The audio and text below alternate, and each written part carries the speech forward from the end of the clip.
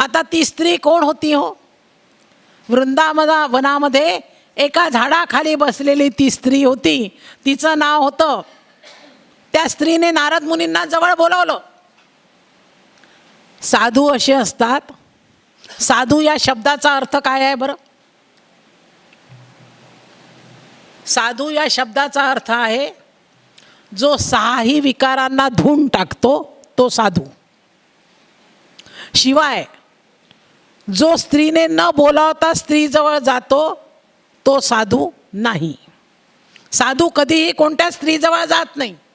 त्या स्त्रीला जर काही अडचण असेल आणि त्या स्त्रीने जर मदतीची याचना केली असेल तरच तो जातो.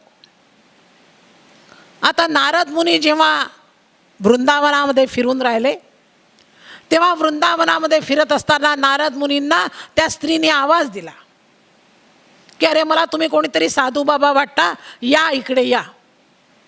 नारद मुनी तिच्याजवळ गेले. तेव्हा त्या स्त्रीने सांगितलं की मी म्हणे माझं नाव काय आहे? तर ती स्त्री म्हणते माझं नाव आहे भक्ती आणि माझ्या मांडीवर माझे 2 मुलं झोपलेले आहेत. कसे आहेत? बेशुद्ध अवस्थेमध्ये पडलेले आहेत ते. बेशुद्ध अवस्थेमध्ये पडलेले माझे 2 मुलं. ती स्त्री म्हणते नारद मुनींना कसे करा माझ्या मुलांना शुद्धीवर आणा. नारद मुनी म्हणतात बाई तुझं नाव काय आहे? तर ती युवती म्हणते माझं नाव आहे भक्ती आणि हे माझे 2 मुलं आहेत.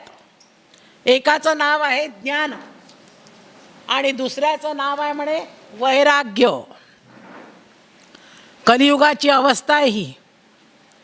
कलियुगामध्ये भक्ती पाहायला मिळत नाही आणि ज्ञान वैराग्य तर खूप दूरच्या गोष्टी झाल्या. ज्ञानही लोकांना आत्मसात करावं वाटत नाही आणि वैराग्य तर नाहीच. वैराग्य हा शब्द सुद्धा कलियुगात व्यर्थ आहे. कलियुगातल्या स्त्रियांचा विचार जर आपण केला तर 4 दिवसापासून जर मिठातला चमचा दिसला नाही तर बाई 4दा म्हणते अगं 4 दिवसापासून मिठातला चमचाच नाही दिसून राहिला, कुठे गेला बरं तो चमचा? 4 दिवस त्याचाच विचार, कुठे गेला असेल चमचा? अरे एवढूसा चमचा मिठातला, पण तो 4 दिवस दिसला नाही की तुम्ही अस्वस्थ झाल्या ना.